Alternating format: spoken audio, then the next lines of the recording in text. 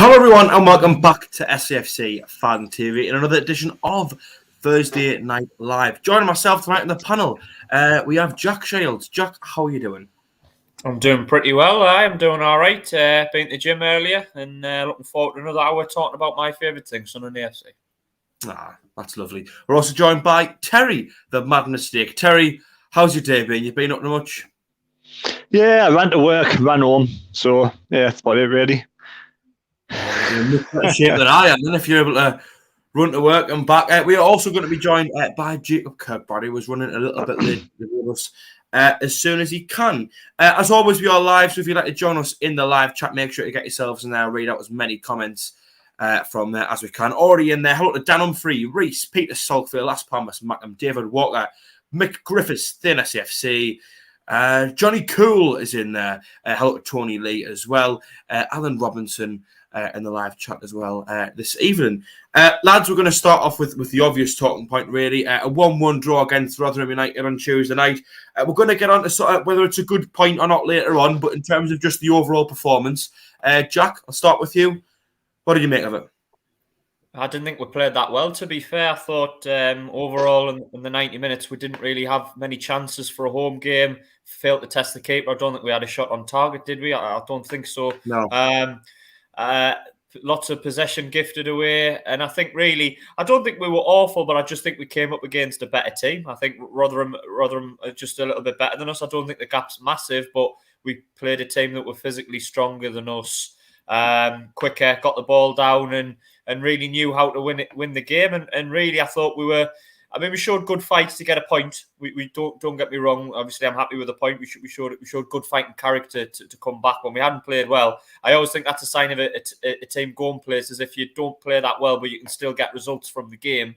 I just thought it was too many of our players had a sort of 5 out of 10, and you might even say low for certain players. And I think when you're playing a team going for automatic promotion, you have to have all of your players on song to give yourselves a good chance. So better result than performance. I thought the performance wasn't great, but I think would have taken a point. I know we've argued on this one before. Should Sunderland be taking draws? But I didn't think it was the end of the world for us to get a point against Rotherham.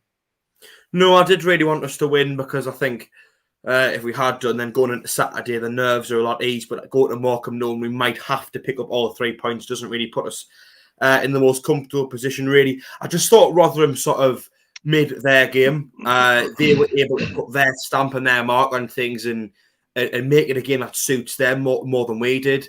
The few times in the first half when we were able to sort of get the ball on the deck and string a couple of passes together, I actually thought the link-up play was quite positive at times. There was a couple of moments where I thought, do you know what, if we could just do this more consistently, we might create a few chances. But I feel like Rotherham just sort of, for the most part, made the game sort of nasty, physical. There were a lot of headers and a lot of aerial battles, a lot of tackles going in. And I just thought that suited them because they're a much better, much more well-drilled team. They're a lot more physical, the nastier. And I just think they did quite well, really, to sort of make the game more suited to them. And that's why over the space of the game, I felt as if they were the better team.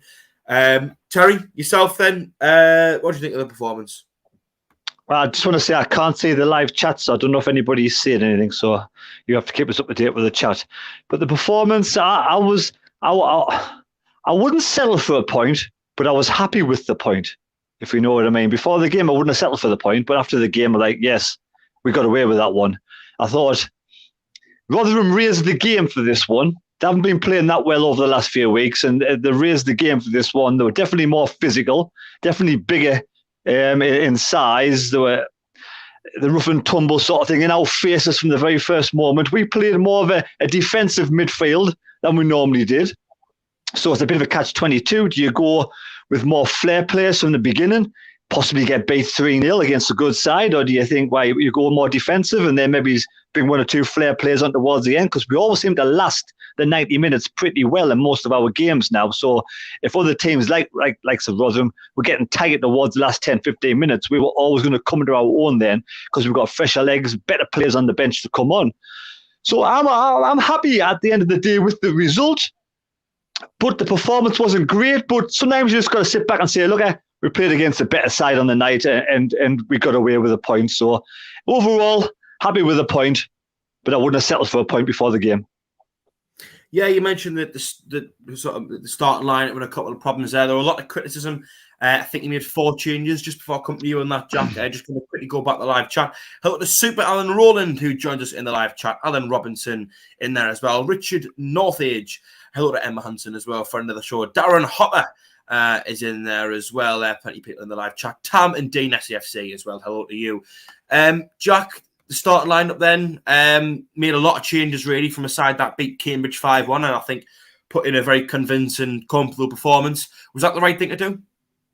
No, I think he got it wrong. I've been I've praised Alex Neil a lot since he come in. I thought he's got pretty much every decision spot on. His team selections have been pretty good.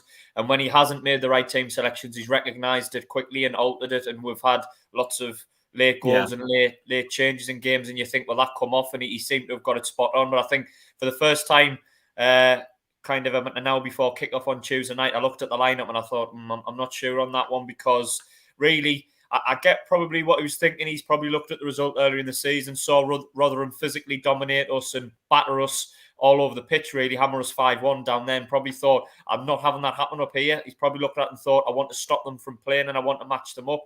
So he's kind of gone with a more of a solid 3 in Onai and Matete and Evans rather than your creative players. But I felt, we were never ever going to battle with Rotherham. We're never ever going to physically challenge them. They were always going to be stronger than us. So I think we really have to pick a team to play to our strengths. And I don't think Alex Neil did that. I thought the creative players, the players that make things happen for us, that are quick on the ball and, the real threat in the final third, he left them off the pitch on the whole. And I thought we were lacking in that area. Hence, as I said, we didn't have a shot on target. We didn't have many chances. So he got it wrong. But the main thing is he didn't get it wrong to the extent whereby we lost the game. We stayed in the game, even though we were second best, and come out with it for the point. So not too bad on the result. But yeah, I thought he got it wrong on Tuesday.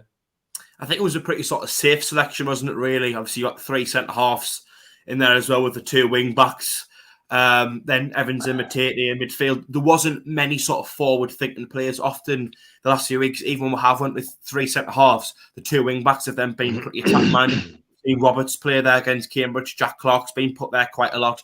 Or a lot of the midfielders being made up of players like Embleton, who are sort of more forward-thinking. So I think it was more of a safe selection. By putting that team out, I think, Neil was pretty certain that we weren't going to get battered. It wasn't going to be like it was back in October, November, where the game was out of sight pretty quickly. I felt like he sort of put a team out that would at least keep us within touch and distance of them all game and would compete with them a bit more physically and just have a few more bodies back defensively. Knowing that they probably are going to sort of get the better of us physically. Terry, before I come to you on the lineup, 105 people watching, 24 likes. Please do press that thumbs up button, give us a like. We'd like to try and get 100 likes on a Thursday by the end of the show. So if you haven't done already, please do so. And just a reminder as well, it is free to subscribe if you haven't done so. We're very close to 8.5 thousand, which we might hit that tonight if a few people subscribe. Terry, start lineup then. What did you make of it? The only one that I sort of had to raise eyebrows about was Trey Hume coming in. I thought Trey Hume looked a bit out of his depth on the Tuesday night. I mean, out of all the games from to have his first game back, that was a strange one against one of the best sides in the league. And it kind of, for me, he looked a little bit sort of out of his depth on the night. I'd rather played Gooch there. I think he did against Cambridge, and possibly maybe he's had Clark on the other side. But yeah, he just looked a little bit sort of. I think maybe he needs to bulk out a little bit over the summer. Maybe sort of grow into his shell a little bit more. Maybe he's another season. Next season might be a better season for him. He's missed a lot of game time. He's been on the bench a lot. But I'd have thought if I was going to play him, I'd probably would have been against Morecambe or the game before. Not against such a hard side against Rotherham. The rest of the team, I can kind of understand what he was trying to do. And I haven't got a problem with that because, I mean, like I said, we've got plenty on the bench to come on the last 20 minutes. We've been winning games in the last few minutes anyway, so I can see what he was trying to do. Rotherham are a big physical side. They're not like second off top for no reason. The second best team in the league. So to get a 1-1 draw isn't a bad result, to be honest. The cold light of day. Yeah, I did think it was a really strange decision as well. I mean, I felt as if when Trey Hume played, he only played 2 games since he joined in January, which was against Wimbledon and Cheltenham, both away. And I thought he did okay in both those games. So I felt like to then drop him, and then bring him back for what's, arguably going to be one of the toughest games we've got left with Rotherham, especially being a physical game. And you mentioned how he is, a pretty lightweight terrier. I did think it was really strange to bring him in then. But personally, I don't think he did too badly. I know what you said. I think there was one or two times when he I think there was one clearance, I remember, which wasn't particularly good. He just sort of kind of put it back into a danger area. And he did sort of like lose a lot of those physical battles. But I thought on the whole, his link-up play wasn't too bad. I thought there was a few times coming up the right-hand side. He had a few nice sort of passes and moves with 09 at times, as well as a few others. So I thought on the whole he did okay, really. Jack, I'll go at yourself then. Trey Hume, I mean, what did you make of only his third game in a Sunderland shirt? I thought he was okay. No, I would have to disagree. I don't think he played well. I know Terry said he thought he looked out of his depth at other games. I thought he hasn't actually looked too bad in other games. I mean, maybe just this game, not other games, just this game. Right, my mistake. Yeah, well, I would agree with you on that case.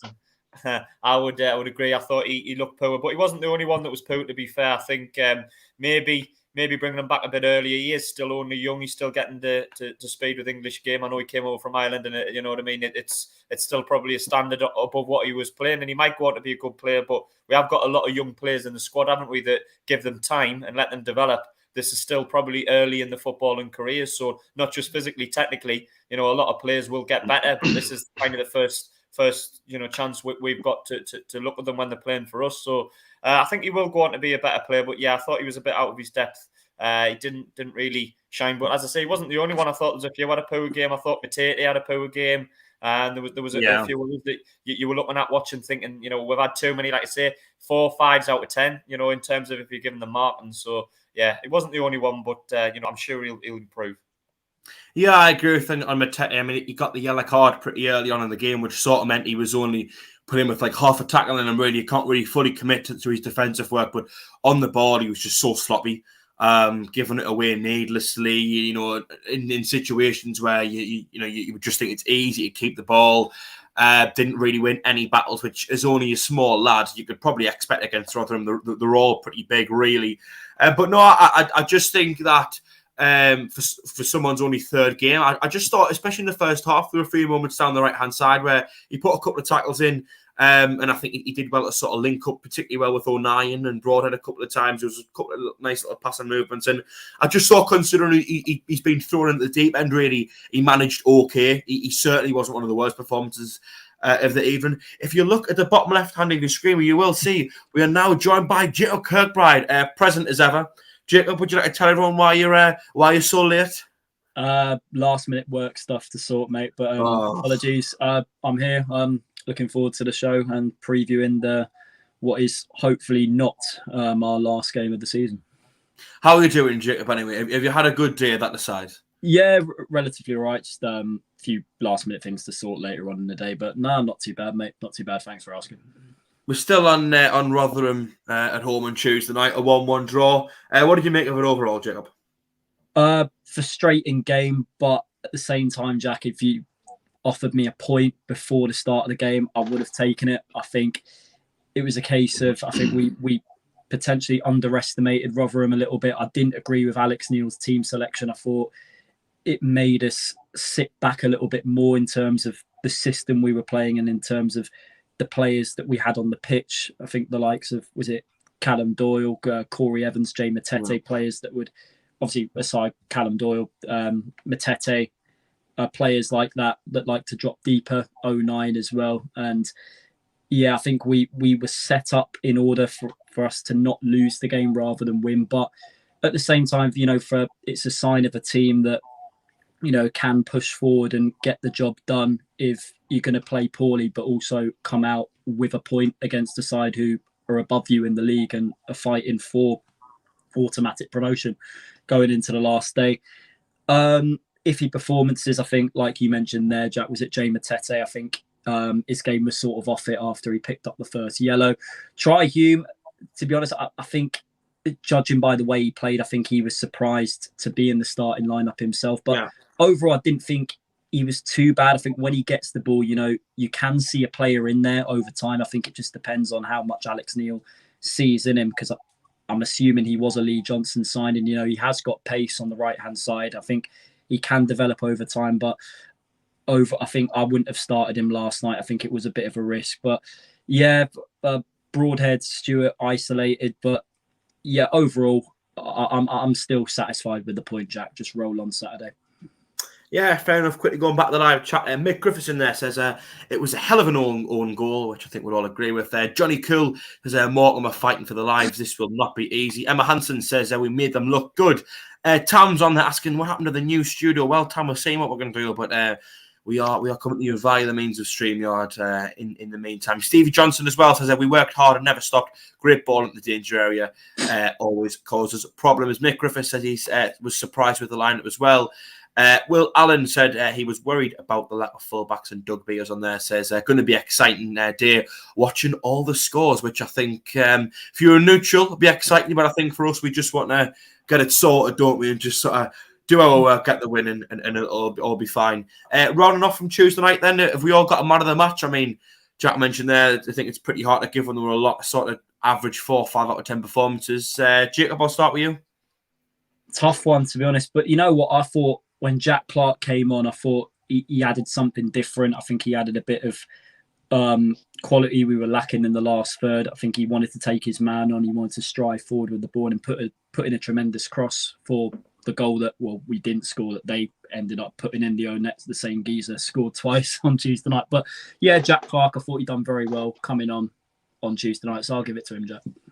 Fair enough. I thought he gave the ball away a few times unnecessarily. I remember him slicing a shot as well, which felt for him, but he did put that ball into the danger area. And when I looked at the replay, I think it probably would have been a decent ball for Stewart if the Rotherham centre-back, whose name I've got no idea how to pronounce, didn't get rid first, of course, putting in a cracking header to score an own goal.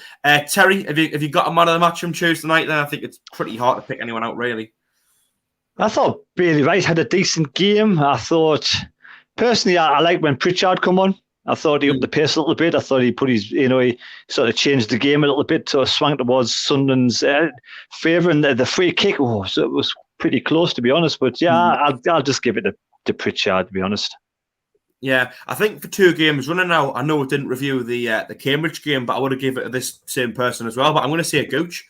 I thought he was absolutely exceptional against Cambridge. Put, I think it was about 6 or 7 good balls in the box, 2 of which turned out to be assists. Constantly a threat. Gave him a lot of stick this season, but to be fair, I thought against Cambridge he was outstanding, and I thought he was probably the best out of a bad bunch on Tuesday. It didn't really do much wrong.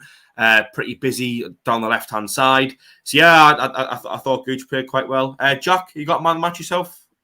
I would probably give it to the Rotherham centre half, the lad whose name you can't pronounce. He put the header in the top corner, didn't? No, just call him Mickey.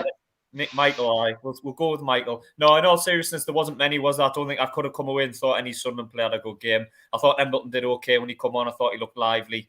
Pritchard, as Terry touched on, he played all right. Maybe give it Embleton, but just talk and gesture that one. I don't think anyone really played that well from our perspective. Yeah, I think Luke O'Nien was actually awarded with it, which a lot of people were surprised at on Twitter. I thought he was okay. I think he battled fairly well, but I mean, on the whole, I mean, if that's a man of the match performance, the standard's pretty low, isn't it? Really, I can't really think. Fan favourite. He only has to smile, and Sunderland fans love him. Oh, that old Chester! He's still not a fan of Luke O'Nien, Jack. Sweet Luke O'Nien. You what, mate? What was it? You're still not a fan of him. I'm not going to. I've spoken about my favourite. I don't dislike that. I just think maybe our fans think he's better than he is. But there we go. I've made that argument plenty of times. I think he's one of them players that like half of the fan base seem to like give him too much praise, but then the other half I think a bit too harsh. I feel like he's sort of his personality and his work rate and everything.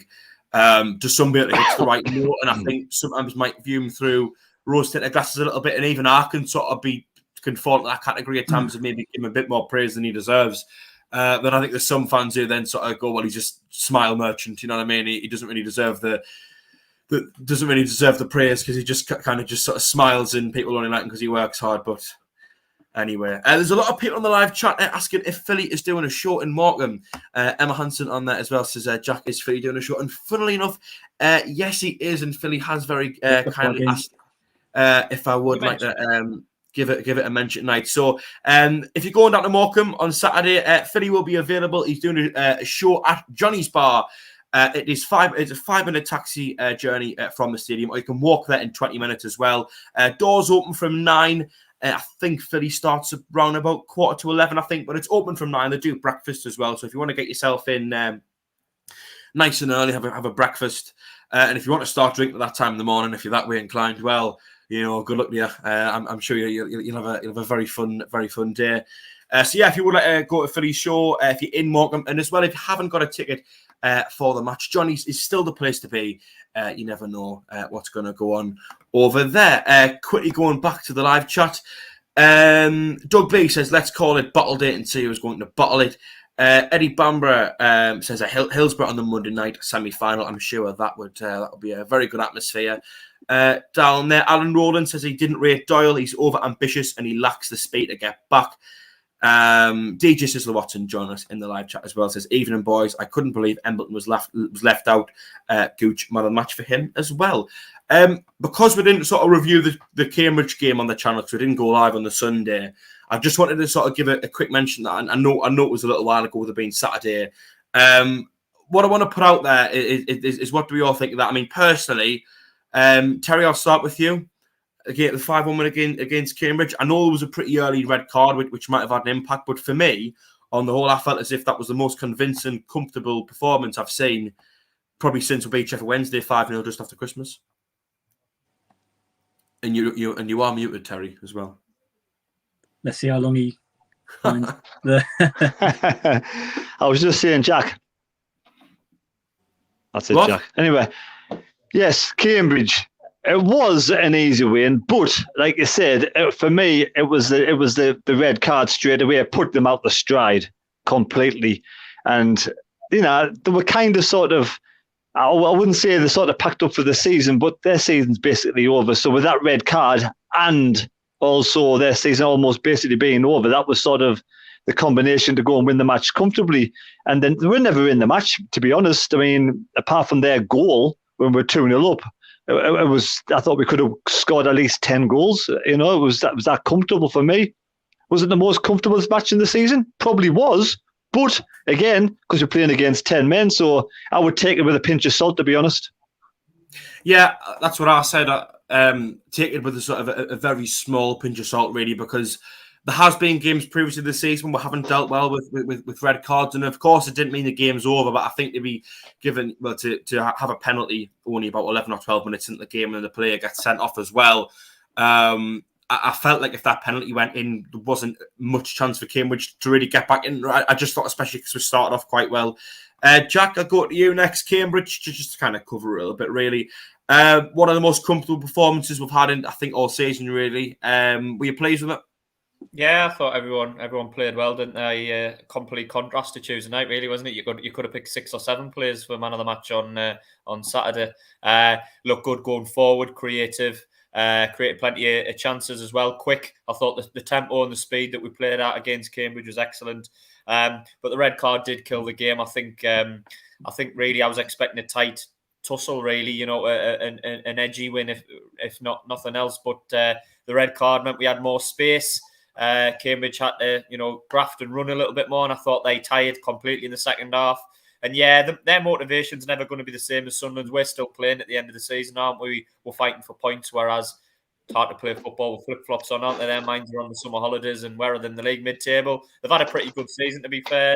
But yeah, they were never going to get into them when the red card happened. But I thought we were professional as well, though. I thought the way that we moved the ball, the tempo, we could have just sat back and knocked it around and then maybe found it frustrating. But really, we didn't. We seized the opportunity, got 1-0 up from the penalty, and then kept going. And the only disappointment thing is, like you say, I was looking at thinking, on chances, that could have been, we won by 4 goals, but we could have won by 6 or 7. Like, it could have been 6, 7, however many. So, yeah, we did our goal difference the world of good as well, which was always handy.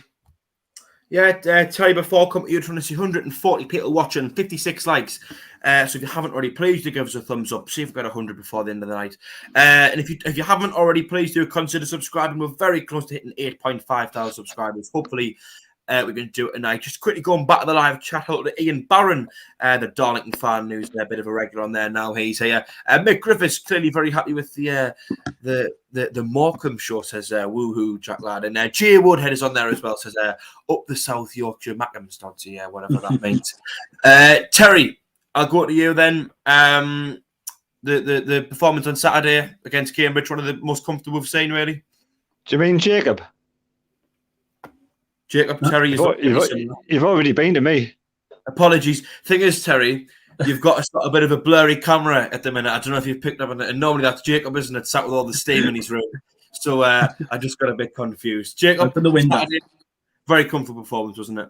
Yeah, absolutely. I mean, but like Jack said, the red cards early on, it did sort of kill the game a little bit, but I didn't really care in the slightest, to be honest, because I just knew our attacking quality in the final third, they wouldn't be able to cope with it on a defensive point of view. And yeah, I think we just got the majority of the job done in the first 45 minutes, which was good to see, rather than having to witness nail-biting stuff going into the latter stages, which I have a feeling could be the case on Saturday. But yeah, great to see Ross Stewart also, end his goal drought, took the penalty well, and a great finish. But Lyndon Gooch, probably the best performance I've seen from him this calendar year on the right-hand side. Terrific. It was nice to see him also just not cut in on his left every single time he gets the ball, and he was using his right foot for a change, to put the ball in, which was really, really good to see. And Lyndon Gooch, hopefully he's hit form at the right time when we need him most. And yeah, that's one thing I regret not saying at the start of the podcast. I thought Lyndon Gooch had a decent game on Tuesday. I think he was up there with man of the match. I'll probably change from Jack Clark to Lyndon Gooch now. But yeah, terrific performance. It just shows that when we put crosses into the box on a regular basis, rather than, was it playing tiki-taka stuff, which is decent to see, but when we're become a cross inside, we can cause the opposition real damage. And I think that's the best with the players we've got and the attacking players we've got. I think that's the style that suits us best, and I think that's what we need to apply going into the last game and hopefully the playoffs as well. Yep, fair enough. Quickly going back to the live chat. Shelly Cumbridge says MK Dons are going to win the League One playoff final. And Gordon Seymour as well, the man with great vision, says Jack is easily confused, which, well, I think that's a fair assessment, isn't it, really? Jack Shields is always getting confused with what's going on, isn't he? Just before we kind of round off on Saturday, really, I try to quickly say, if we all got a man of the match, I know it was a little while ago. I said Gooch myself. Jacob, I'll start with you. Yeah, Lyndon Gooch, best game I've seen him have in 2022, mate. Yeah, all season for me. Terry, man of the match off Saturday, you got one? Yeah, I'll just give it a Broadhead. Jack? I'll just be different. I'll go Ross Stewart. 2 goals, won the penalty. I'll give it to Stewart. Yeah, nice to see him back in the goals as well. We talking, I think it was our last week's show, potentially the week before, how I think it's been, 7, 8, 9 games without a goal. Feel like he was losing a bit of confidence, running out of steam, just the sort of crucial end of the season, really. But a couple of goals, especially the second one, which he took so well on the volley, you would hope that can give him a bit confidence to sort of fire him back in the goals, really, for the last run of the season and the playoffs. Didn't really get the chances, I don't think, on Tuesday night to sort of warrant judging his performance. We didn't have a single shot on target, so I just don't think we kind of saw enough of the ball in the final third to really fairly assess Stewart's performance, really. Moving on to Saturday then. Morecambe, 12:30 kick-off on the Saturday. Jack, if you're going down, I mean, this has got to be a must-win for me. I know for draw, we could still finish the top 6 and whatever, but you don't want to be taking any chances. We've got to go for the kill, in my opinion. Yeah, absolutely. 3 points only will do. We don't want to be worrying about other results and saying if we get this and this other team gets that, then we have to wait for this team to get a draw. The point on Tuesday meant it's in our own hands now. So go to Morecambe, win the game, get in the playoffs, and then see what happens. See who we get after that. We're fortunate in that respect, really, that we know 3 points does the job. We're not relying on anybody else as long as we win. We only rely on other people if we don't do the job. And we go 1-0 down and drop points or anything. So I think we need to go there with a positive mindset, take the game to them, start early. I think we look a lot better when we start on the front foot in the first 10 or 15 minutes and we get a goal. It often makes it an easier match for us, as seen this season. We don't really good at the last 15, 20 minutes chasing goals and having to wait late in the game like we have under Alex Neil, because that'll tear everyone's nerves to shreds. So get a couple of goals up and hopefully nice, relaxing afternoon. Well, as relaxing as can be. Well, there's one thing to say about Jack Shields. He does love relaxing. Jacob, I got yourself. Got to win on Saturday, really, haven't we? Yeah, listen, it's in our own hands. I think Alex Neil will be making it very clear to the players before kick-off in the changing room on Saturday. Just get the job done.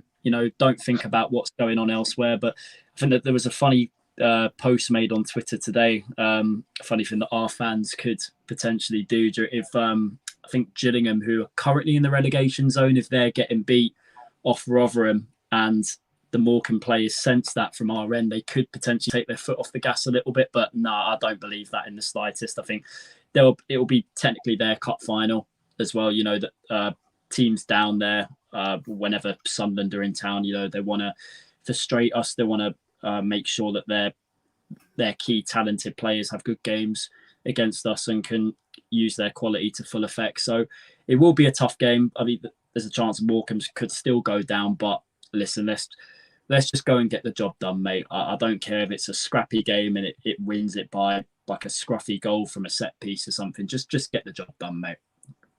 Yeah, and Nat, who's a Sheffield Wednesday fan, says that I owe Terry an apology. I said we, as a Wednesday fan, would beat Wickham, but we were poor on Saturday. Tom on there as well, full of praise for Gooch, saying he's a Premiership player, says, don't you know? Well, 6 games has went down faster than 10 quid Sandra at the back of Sinatra's. Apparently, DJ Sizzler Watson as well says Gooch, man of the match Saturday. People forget his work rate, often playing out of position as well. Emma Hansen as well says Morecambe are fighting for their lives. It won't be an easy game. And Alan Rowland as well says there was traces of Gooch as days gone by. He was playing out of his skin against Rotherham. Mick Griffiths agreeing with Emma as well, saying he was right. Again, in typical fashion, I'm a bit confused. Terry, I have been to you, haven't I, on Morecambe, or have I not? I've got a no, not yet. Go on then, Terry. Morecambe on Saturday. Yeah, it's a must-win game. Simple as. We've got to go and win this match. Stamp our authority on it. More of an attack on the lineup, which I'm sure Alex Neil will. And it won't be easy because Morecambe obviously got the relegation opportunity of going down. Still, the 2 points ahead of Gillingham. They've got a similar goal difference. They've probably let in 2 goals less than Gillingham. But, if Morecambe lose and Gillingham win, that turns it around straight away. So there's only 2 points ahead of them. Fleetwood, I think, play away to Bolton as well. So Fleetwood could possibly get a point. If Fleetwood get a draw, I think if they're on the same points, they're more or less safe. So it's a must not lose for Morecambe as well. So they'll be giving everything. But we've got to have enough really to take care of business on Saturday. We've got to. We're unbeaten in 12. We've got the best form in the league over 12 matches, won 7 and drawn 5. We played at the dying seconds of the match. We just hope the occasion doesn't get to some of the players. I'm sure they won't. Obviously, Mr. Stockton's the dangerous man for Morecambe. It's going to be a full house, isn't it? It's going to be a full house. It's going to be one of those games where I think Sheffield Wednesday will win. I think Sunderland will win. And it's whether Plymouth against MK Dons and Wickham away to Burton. So there's no reason why we should not be in the... Actually, I'm confident, Soddet. We'll definitely be in the playoffs. Oh, that's a stark change from what you said a few weeks ago, Terry, wasn't it? Saying we weren't even going to make top 6. Yes, well, I do eat humble pie a lot. Well, I can tell by the... tasty. Clearly, I like a bit of pie, don't I? By the size of the circumference. Yours is not humble pie. Yours is just meat pies and steak pies. All right, whatever kind of pie, really. What was that, Jacob? No, nothing. That's what I thought. I mean, one thing I do just sort of want to bring up, really. Of course, we are playing the team that's down there fighting for their lives. Jack, I'll go to you. How confident are you going to a team that's sort of desperate for all 3 points, really? Because if Morecambe win, I think that'll be them safe. But anything less than I think they could be putting themselves in danger, really. Yeah, well, I'd rather be playing a team in mid-table that's got nothing to play for. I think that would be, you know what I mean? I think their motivation, like a Cambridge or someone like that, or, you know what I mean? Someone who's got absolutely nothing to play for, and we turned up the intensity, and then hopefully they will fold. So that is a bit of a concern that Morecambe is still not sure of the position. And they have been improving recently, haven't they? I think if you look at the recent results, I think they've won 3 of the last 5. I had them down as pretty much dead and buried 2 or 3 times this season. And now with those wins, they've given themselves a chance. So last day of the season, they'll be fancying it. They'll think we can go there. And Sunderland are going to come here and we can cause a shock. So we have to be on our guard. We can never be complacent at all at this level, but even more so, no complacency on Saturday. Get the job done, win the game, and hopefully, that's easier than we think. But yeah, the fact that they've got something to play for isn't ideal, because that means they're going to be bang up for it, and hopefully, we can overcome it. But at the same time, Portsmouth are playing well. They take on Sheffield Wednesday. They turned over Wigan the other day. They've got nothing to play for, so there's no reason why they not want to go and beat Sheffield Wednesday. Plymouth and MK Dons have both got something to play for. That'll be a tough game. Burton beat Rotherham the other day at home, so Burton probably got a good opportunity of beating Wycombe. So I think all the games are equally as difficult. I just think, like I said, there's still a little bit something more to play for on Wycombe's perspectives, but I still think the MK Dons have got automatic promotion in sight. A victory and Rotherham slip up against Gillingham, then they're promoted. So for me, I think that's the game that Plymouth might actually lose the first game for a long time at home.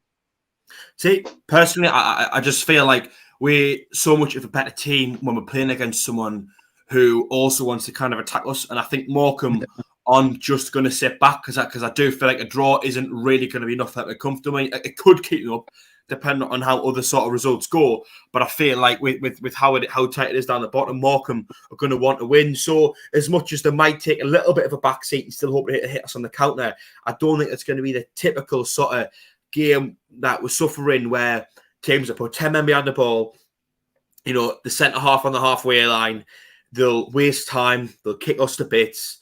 They'll do everything we can to just keep the game as low scoring as possible in the hope that they might get one on the break or something like that. I just feel like Morecambe, as much as I say, they won't be committed fully to going forward because I think they'll understand that we'll probably have a bit more possession. But I just feel like when it's going to be a bit more of an open game, that'll sort of play to our strengths a little bit more, and we tend to sort of kind of find pockets of space and get in behind a bit more, but really struggle when teams just sort of like sit on the edge of their own box and just form a brick wall, really.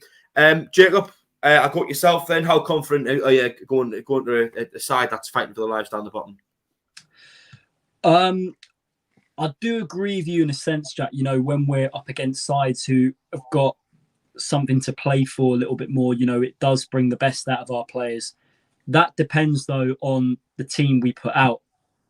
Alex Neil, he's simply got to go with a more attacking side and a more attacking system to what we saw on Tuesday night, which I have every faith he will. But then again, it could all depend on, I think, was it injuries? Was it Broadhead picked up a knock on Tuesday? I'm not sure the full extent on Winchester's injury, whether it's a season out or he's trying to save him for the playoffs. Dennis Serkin, I'm not sure when he's coming back. I heard he could be ready for Saturday, but it's touch and go. But yeah, agree with you on the sense, if we come up against sides that want to attack us a little bit more, I think we, can bring the best out of our attacking players as well. But at the same time, we've got to show ability on Saturday that we can take risks, and we've got to just prove that we're a much more quality side than them. Yeah, fair enough. I mean, we're going to sort of get into what sort of team would all sort of line up with now. I know we like to get Terry's whiteboard out in the last few minutes of the show, but we're going to do it a bit early today. So before we go any further forward, Terry, is the whiteboard with us? It is, but there's a couple of question marks over Broadhead, because Broadhead, apparently Alex Neil said he shouldn't have really played him on Tuesday night, so he's kind of a bit of a niggle. So if Broadhead's fit, and I've heard rumours that Serkin could be back on Saturday, this is the team I would start. Probably not the team that you would start, but it's the team that I would start. I would go for the midfield of Evans or 9, but bring back Pritchard. Pritchard and there's more of attacking third of the midfield with Stewart and Broadhead. The two wing backs, Clark, Gooch playing well, and obviously Bart in the defence with Wright and Serkin. Now Winchester's out for probably the rest of the season, to be fair. And Clark back in because I think he's going to be a lot more attacking down the left hand side. And I think I'll put Trey Young back on the bench because I think that's where he belongs at this moment in time, probably till next season. But there we go. That's my team for the moment. Can I just ask you, Terry, on Clark on the left-hand side? I know I've banged on about this quite a lot, but do you not? I know he put the cross in that got that got us the goal on Tuesday night. But do you not think over the space of a full game he just gives the ball away a bit too much on the left? And I don't know. I feel like when we have Gooch or Roberts on there, someone who can actually use that left foot a bit more and go on the outside, but just tend to get a few more crosses into the box. I saw Clark on the right-hand side. I forget who it was, and I thought it was awful. So I think probably I think better on the left-hand side. Roberts, to be honest, you could start Roberts. You could start Embleton. I wouldn't have any problems whatsoever. It was more difficult leaving out Embleton than try to find out. If I could play a 12, I'd play Embleton. You know, simple as. But obviously, Roberts could start as well. We play 13. We should win. I think we should win with 13 players, shouldn't we? What's this crack you've got with sort of saying if we've got 12 or 13 players? You said it in the group chat as well the other day. I just can't decide. I mean, I think we've got 13 decent enough players there that could possibly start. You know. Yeah, I think it's not legal. Like clearly, you kind of do it. Especially going forward, we've sort of got a lot of like wingers and number 10s and centre midfielders, haven't we? One thing I want to bring up as well, and Terry, I may as well stick with you. Callum Doyle, is there any chance you would give him a game? Because I just felt as if he was quite poor on Tuesday night, and you could argue, you know, was potentially at fault for the goal against Cambridge. 100%, I would start Callum Doyle if Serkin is not playing. Yeah, because we've got no other centre back. To be fair.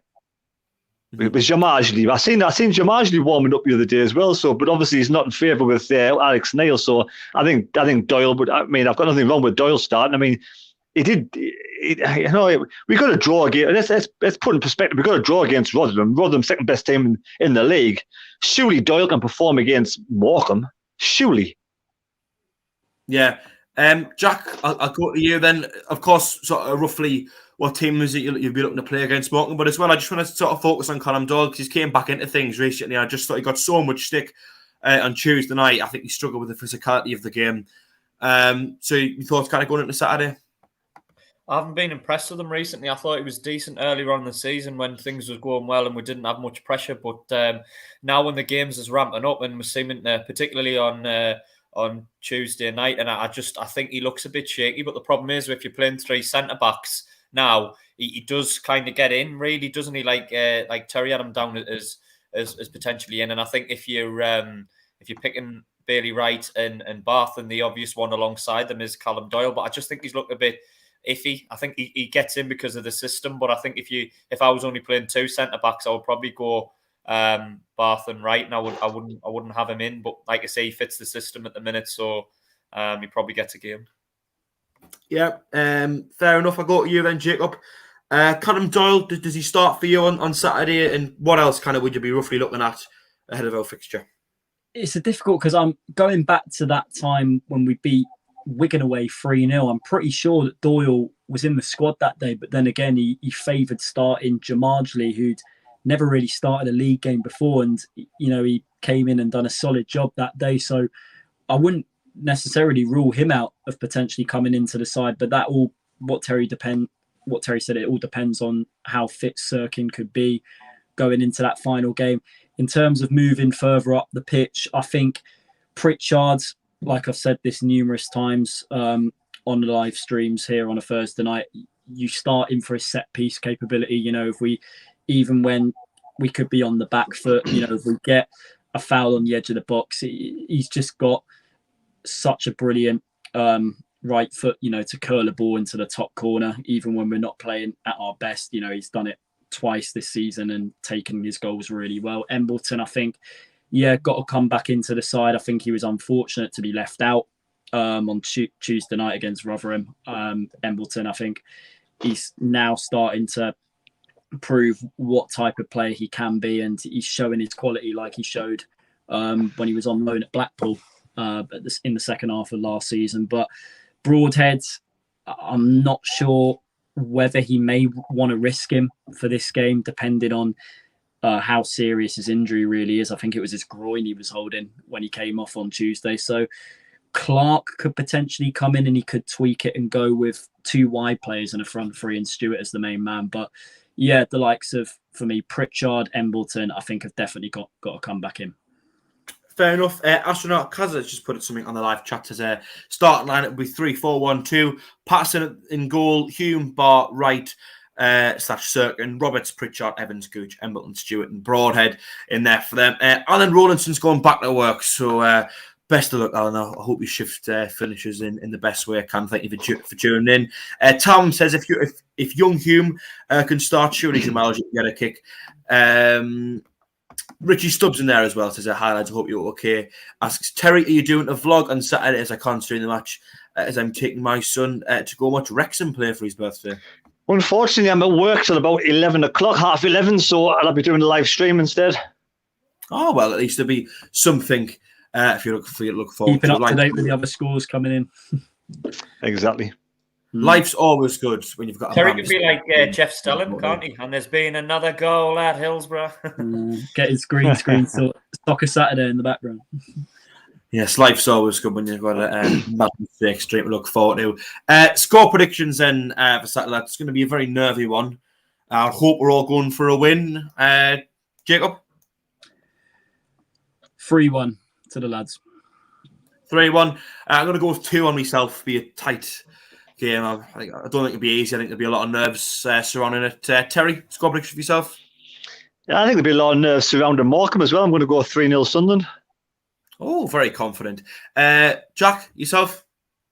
Yeah, I think 2-1. I would like to say 3 or 4-0 and a comfortable win, but I think it might be tighter than people are expecting. But I think we'll get the job done 2-1. Yeah, to be fair, I think everybody's expecting a tight game. Well, I think it's two teams that sort of need to win, isn't it, really? So I feel like a lot will sort of swing on the opening 20 minutes. If we can get an early goal, Morecambe have got to come onto us. I just feel like with how the game went last time, we got an early goal then, and we were able to open them up. And you know, we're in good form now. We've showed that we can score a lot of goals against Cambridge. So, yeah, I just feel like whoever gets the first goal, I'll have a lot riding on it. If Morecambe get one, then they could sit back for large periods of the game. If we get one, I feel as if I could open it up even more. And it's hard to predict, I think, when it's two teams that are so desperate for a win, because it just takes one small error and the entire sort of balance and swing of the game flips on its head, really. Just quickly going back, there's 125 people watching, 78 likes, so we're very close to 100 likes. So if you haven't already, please do give us a thumbs up. Very close to that 100 mark. Just a reminder as well, if you haven't already subscribed, we are trying to hit 8.5 thousand. We're very close. Hopefully we can do it tonight. It is free to do so, and you won't miss any of our streams in the future. We're going to get on the playoffs, though. So if all goes well on Saturday, we will finish in the top 6. We've played a lot of the teams pretty recently who might be playing. I'm just going to sort of pass it around and say out of the teams that are all sort of in contention in the top 7 or 8, whatever it is now. Who would we all want if we could pick an opposition to play over 2 legs? Jack, I'll start with you. Well, I think I would look at it from 2 perspectives. I mean, you've got the fan answer. Where would you like to go? I mean, a lot of people would say Sheffield Wednesday for the big following. You know what I mean? You get the big end behind the goal, maybe 7,000 or 8,000. So from that perspective, probably them. But who I would probably say the weakest out of form team at the minute, which is probably Plymouth. If Plymouth get in, you know what I mean? I know we've had a couple of tough games against them, but I think they look like we normally look like when we're going into playoffs. Do you know what I mean? Whereby they're off form, scraping in, and they're not playing well, and teams have probably fancied it against us the times they've played us. So I would probably say Plymouth, but that's the opposite in terms of the fan perspective, isn't it? You know, it might be a difficult one to get to. So. But it's. I mean, some people just say win the game and get in the playoffs, and it doesn't matter who you get. Do you know what I mean? So there's an argument for that as well. But I would say Plymouth probably. Yeah, it works both ways in sort of terms of the fan argument, though. I mean, you can argue. Obviously, I think at least one of the games is going to be on a night time. I think the Sunday is the only one that potentially won't be. So you know, it is harder to get a packed out away end down there. But that works at both ends. I mean, you know, if it is Plymouth. I feel like each team's home leg is going to be a significant advantage to them, really. Terry, I'll go with yourself. I think we'll be playing Sheffield Wednesday. I think that's the team we'll end up playing. That's just my opinion. I think we'll play them. I think we'll end up being in the same positions that we are now. I think we'll play them at home on the Friday night and away on the Monday night. So that's how we'll play them. That's. And would you like to play Sheffield Wednesday? I mean, they've been in a long, good run of form the second half of the season. I think all teams is equally difficult. I think you've got to beat them all, regardless of who they are. So I'll settle for Sheffield Wednesday. It's fair enough. I mean, personally, I think if I could choose to avoid over the two legs, I'd probably go with Rotherham and Sheffield Wednesday. Just felt like the two times we've played Rotherham, we haven't been able to play it to our strengths. We've never looked comfortable in the game.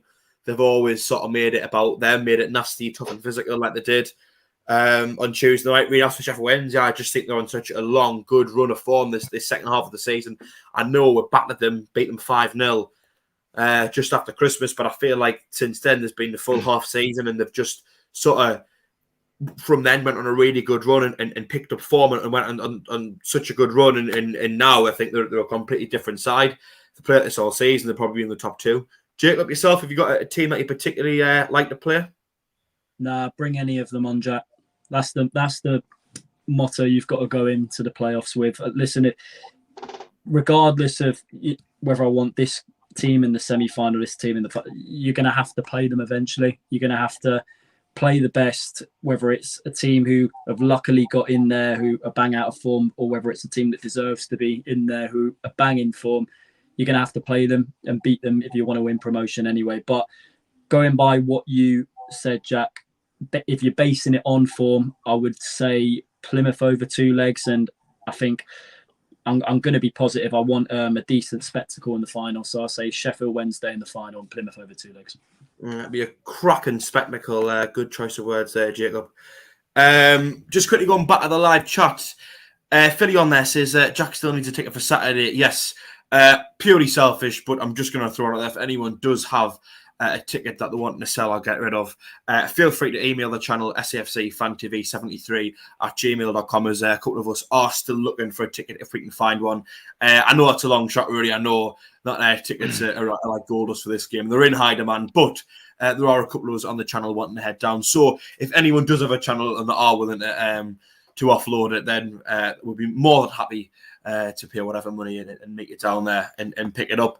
Quickly going back to the live chat, says Johnny Cool says, take stock now, we win, and then says we're going to win 2-0. Astronaut Kaza thinks we're going to win 2-1. Philly, surprise, has put 3-1 Sunderland in there as well. Stephen Hensel says 1-1 draw. Would that be enough? Don't know. Mick Griffith says, I'm surprised with Philly going 3-1. Lads, I think one thing I am just going to throw out there as well. Do you think if we were to draw, which I know we're not really going to be happy with, I know we all want to win, really, do we think that could be enough to finish in the top six? Myself, no, but I'm just going to pass it around. Jacob? No. One more answer? Yeah, I don't want to think about it. It's driving me up the wall already. Nerves are kicking in. Fair enough then. Maisie Snowden on the live chat says 3-1. I presume that's a win. Jack, yourself, could a point do it, or have we got to go for the jugular? Well, it could. A point could be enough, but I don't think it will. I think Wickham and Plymouth probably both win. So I think you've got to try and move away from the mentality on Saturday of checking other results. Really, we go there and get the 3 points and we've got nothing to worry about. But I think it's, in terms of the points total, someone's going to be unlucky, because usually you get to 75, 76 and you're fine, whereas it's going to be a team north of 80. A team's going to get north of 80 points this season and not get in the playoffs, which is incredible, really. But, just make sure it's not us. I think this has been the toughest season to finish in the playoffs in League One in terms of points tally since, I believe, the 2010-2011 campaign, which is quite a statistic, really. I know last season, I think if you got sort of the amount of points to finish fourth or fifth, you would have went up in second last season. So it's about an extra sort of 10 points you need on top of this season to get in those spots at the top than it would have done last season. So as much as we've been better, kind of so as everyone else, really. Mick Griffith says that it doesn't matter who in the playoffs. To be honest, we've got to win. Graham Burns says anyone but Wickham. Gordon Seymour, the man with good vision, says Little Philly has gone 3-1 to Sunderland every game this season. Nat says he doesn't want Plymouth or Wickham. Johnny Cool says, I think all teams can beat each other. And Nat, the Sheffield Wednesday fan, says there were 33,000 fans at Hillsborough on Saturday. And they've got players back now, which is probably why they've been competing much more in the second half of the season. Terry, yourself, any chance that a point could do it? I mean, personally, I think we've just got to go and win everyone, really. Oh, definitely. But I mean, a point's only good enough if one of the teams gets beat, isn't it, really? Because, I mean, if Plymouth and Wickham win, Sheffield Wednesday draw, then we're out if a point's not good enough. So it's got to be a win, simple as. You can't think about anything else, You can't rely on Burton beat Wickham. You can't rely on MK Dons beating Plymouth, and you can't rely on Portsmouth pulling out another surprise like they did against Wigan. So you have to go for the win, simple as. Yeah, fair enough. Gordon Seymour on the live chat says one way or another when the season is over. It will be interesting to see what player stays and which player goes. Graham Burns says not if Plymouth and Wickham win. Nat says I don't think Plymouth will win. And Jeff says Terry is Easington's finest. Terry, are you from Easington? I didn't think you were. I'm from Easington. Yes, Easington. No, fair enough. Then. Definitely from Easington. Who do you think is going to get promoted? They both are you all sort of nailed on Wigan and Rotherham, the two that's going to go up? Yeah, more or less, I'd say. Is Rotherham 3 points ahead of MK Dons? Is that right? Only two. One. Oh, no, I'm with it. It's 2 points. So Rotherham lose to Gillingham, MK Dons win. Rotherham's only one in front. Is it one? Yeah. Is it? Rotherham's I know that if Wigan lose 3-0, MK Dons win 3-0, and Rotherham get beat, MK Dons are champions. Maybe Rachel Riley to work out all the permutations, don't you, Carol Vaughan? That would have been delightful tonight to have on. Michael would have been getting very excited at the conversation. You wouldn't get a word in. You what? You wouldn't get a word in if Michael was on tonight. I mean, it's surprising how close the goal difference is. I mean, we're on plus 25, Sheffield Wednesday on plus 25, Plymouth on plus 25, Wigan on plus 23. So we've got the most goals, haven't we? If it goes down to goals scored, I think we're in front, haven't we? We've got the most goals. Have we scored more than Sheffield Wednesday? Do they count it on goals per game? But it makes no difference because if goal difference there's no way we can sort of jump above Sheffield Wednesday be on the same goals, be on the same points as Sheffield Wednesday. The only team in the top 7 we have a better goal difference. The only team in the top 7 who scored more goals than us is Wigan. So on goals for, unless obviously there's significant changes, which could happen on the last day. It only takes, a couple of heavy results which could swing it, or one rather. Goals for, we are fine. Just having a look there, Rotherham are on a goal difference of 35, Sheffield MK Dons 29. So I think on goal difference, Rotherham are probably going to be higher than MK Dons. That would mean each goal has got to have a 3-game difference in, wouldn't it? Well, unless Rotherham get beat and MK Dons win. So yeah, if Rotherham, but a point, I think we would probably. Most of us would hang on. A point would take the 89. I think a point would probably put Rotherham up because I think they would. There's no if Rotherham drew, MK Dons would have to win by 6 goals, and they've got Plymouth. Is it Plymouth away? Yeah. Yeah. So I think to me the top 2 will see how it is. If Rotherham draw and MK Dons win, MK Dons are up regardless, aren't they? Yeah, that'll put MK Dons 89 and Rotherham 88. Yeah. Yes. Me getting confused once again. So yourself tied up, man. Well worked out. Jack Sheets. Who do we think is going to miss out in the playoffs then? Wickham is 7th at the minute. Is that going to say how it is, or will it be someone else? Jack? I'm just looking at the league table now. I think Wickham might just miss out. Who've Wickham got to play? Burton. Wickham away to Burton. Yeah. And I've got a sneaky feeling, that MK Dons are going to beat Plymouth. I don't know why. And that would put them out if Rotherham. I just think I think Wickham will win. I think Sunderland and Sheffield Wednesday win. I think the harder game is Plymouth versus MK Dons, and I think just last game of the season it will be hard lines on Plymouth, but I've got a sneaky feeling they could be the ones to lose out.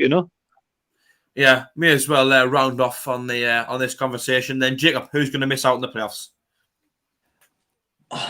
It's really, really tough. I'm torn between Plymouth and Wickham. You know what?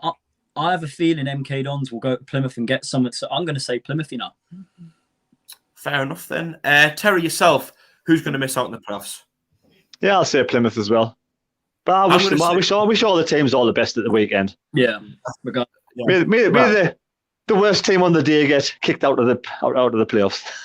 May the team in red and white finish in the playoffs. I think it's between Wickham and Plymouth for me. Really, I think. We've got to do our job, though. We've got to do our job. Let's not forget. Yeah, of course. I know Burton. It's that typical argument if they've got nothing to play for, but they've still picked up a few pretty decent results. I think half the since the since they've had nothing to play for, which has been a few weeks. Not like Real Madrid or Liverpool or Man City when they play us, but everyone else seems to lose to in the top. They're a bit of a bogey team for us, but they might do us a favour. I think on Saturday, a draw is not good enough for Morecambe. They can't rely on Fleetwood and Gillingham slipping up.